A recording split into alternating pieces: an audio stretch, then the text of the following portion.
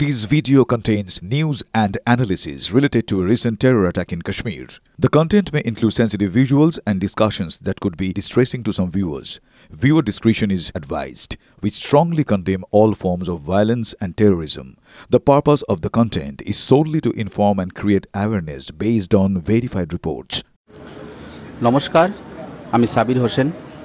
পেহেলগাঁওয়ে ঘটে যাওয়া বর্বরোচিত জঙ্গি হামলার প্রতিবাদে আজ আমি ইসলাম ধর্ম ত্যাগ করছি এবং আমি মনে করি এরকম বর্বরোচিত ঘটনার প্রতিবাদে সকল মুসলিম সমাজের মানুষের এগিয়ে আসা উচিত। আমি সাবির হোসেন আবারও এই ঘটনার তীব্র প্রতিবাদ জানাই এবং এই ঘটনায় যারা দোষী তাদের চরম শাস্তি কামনা করি আর নিহতদের প্রতি এবং তাদের পরিবারের প্রতি আমার সমবেদনা জানাই। ধন্যবাদ, নমস্কার। বলছি, আপনারা ফেসবুকে পোস্ট করেছেন যে পেহেলগাঁওয়ের যে হত্যাকাণ্ড তার জন্য আপনি ইসলাম ধর্ম আপনি ত্যাগ করলেন, একটা পোস্ট করেছেন, এই বিষয়ে যদি একটু বলেন। হ্যাঁ, দেখুন, আমি কোনো ধর্মের প্রতি অশ্রদ্ধাশীল নই, কোনো ধর্মকে ছোট করছি না, কাউকে আঘাত করার কোনো বিন্দুমাত্র ইচ্ছা আমার নেই। এটা সম্পূর্ণ আমার ব্যক্তিগত সিদ্ধান্ত। কারণ আমি ছোটোবেলা থেকে যে পরিবেশে যে আবহাওয়ায় মানুষ হয়েছি, আমি দেখেছি কোথাও যেন একটা বিধর্মীদের প্রতি একটা বিদ্বেষ, কোথাও যেন এরকম কিছু আমার মনে হয়েছে যে সবসময় আমি লক্ষ্য করেছি। এবং সেই জায়গা থেকে আজকে দেখুন যে জঙ্গিরা যারা, আমরা সবসময় বলি জঙ্গিদের কোনো ধর্ম হয় না, তারা কিন্তু সেই ধর্মীয় দৃষ্টিকোণটাকে কিন্তু ব্যবহার করেছে এবং সেখানে তারা ধর্ম জিজ্ঞাসা করে করে মানুষকে হত্যা করেছে। আমরা অনেকেই বলে থাকি জঙ্গিদের কোনো ধর্ম হয় না, কিন্তু তারা কিন্তু ধর্মকেই হাতিয়ার করেছে, যেখানে সেই ধর্মকেই হাতিয়ার করা হচ্ছে এবং সেই ধর্ম থেকে তারা অনুপ্রেরণা পাচ্ছে যে ধরনের কার্যকলাপ করার। আমরা ইতিপূর্বেও বহু ঘটনার সাক্ষী থেকেছি, সেই মুম্বাই হামলা থেকে শুরু করে বিভিন্ন জঙ্গি হামলায় সেখানে একটি বিশেষ ধর্মের মানুষ কিন্তু জড়িত এবং আমি সেই ধর্মীয় গোষ্ঠীতে বিলং করি।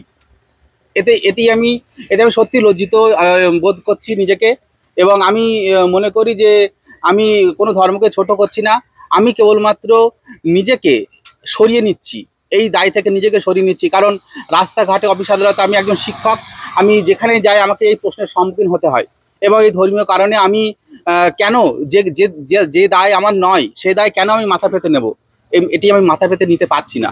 সেই জন্য নিজের মানে কি বলবো, অন্তর থেকে একটা পীড়া অনুভব করছি। সেই আত্মগ্লানি থেকে আজকে আমি এই সিদ্ধান্ত নিয়েছি। যদিও আমি এখনও অফিসিয়ালি কোর্টে কখনো কোনো এফিডেভিট করিনি, এটি আমি প্রাথমিকভাবে সিদ্ধান্ত নিয়েছি এবং আশা করি আগামী দিনে আমি সম্পূর্ণ সরকারিভাবে এটি সিলমোহর দিয়ে নিজেকে ধর্মহীন ঘোষণা করতে চাই এবং আমি মনে করি আগামী পৃথিবীটা হোক ধর্মহীন মানুষের পৃথিবী, যেখানে কোনো ধর্মের বাধা নিষেধ, জাতি ভেদ, প্রথা কোনো কিছুই থাকবে না।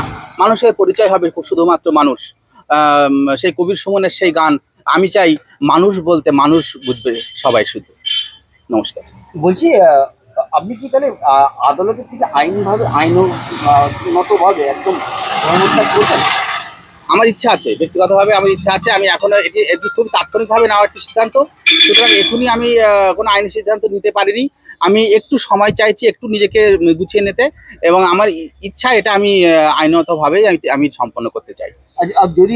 যদি নেন তাহলে তো ধরুন ইসলাম ধর্ম ছেড়ে দিয়ে কোন ধর্মিত হবে না, আমি ধর্মহীন থাকতে চাই। আমি প্রথমে বললাম যে কোনো ধর্ম নয়, আমি চাই ধর্মহীন একটি পৃথিবী যেখানে সব মানুষের ধর্ম একটাই হবে, সেটা হচ্ছে মানবতার ধর্মে। দেখুন, আমরা যেখানে বাস করি যে ভারতবর্ষে, এখানে কিন্তু আমাদের ঠিকানায় লিখতে গেলে বা আমাদের পরিচয় কিন্তু একটা জিনিস থাকে, সেটা ধর্ম। আমাদের ধর্মটা কিন্তু এখন কিন্তু আপনি যদি একটু দেখেন সংবিধানে কিন্তু হিউম্যানিটিকেও ধর্ম বলে তাকে মর্যাদা দেওয়া হয়েছে এবং তামিলনাড়ুতে, আমার এই মুহূর্তে নামটি মনে পড়ছেন, একজন মহিলা, তিনি নিজেকে ধর্মহীন দাবি করেছেন এবং বহু মানুষ রয়েছে যারা ধর্মের জায়গাটায় হিউম্যানিটি লিখছেন। এটা যাদের হিউম্যানিটি অর্থাৎ মানবতা ধর্ম, এটাই তারা প্রচার করছেন। আমি সেই পথটি বেছে নিতে চাই।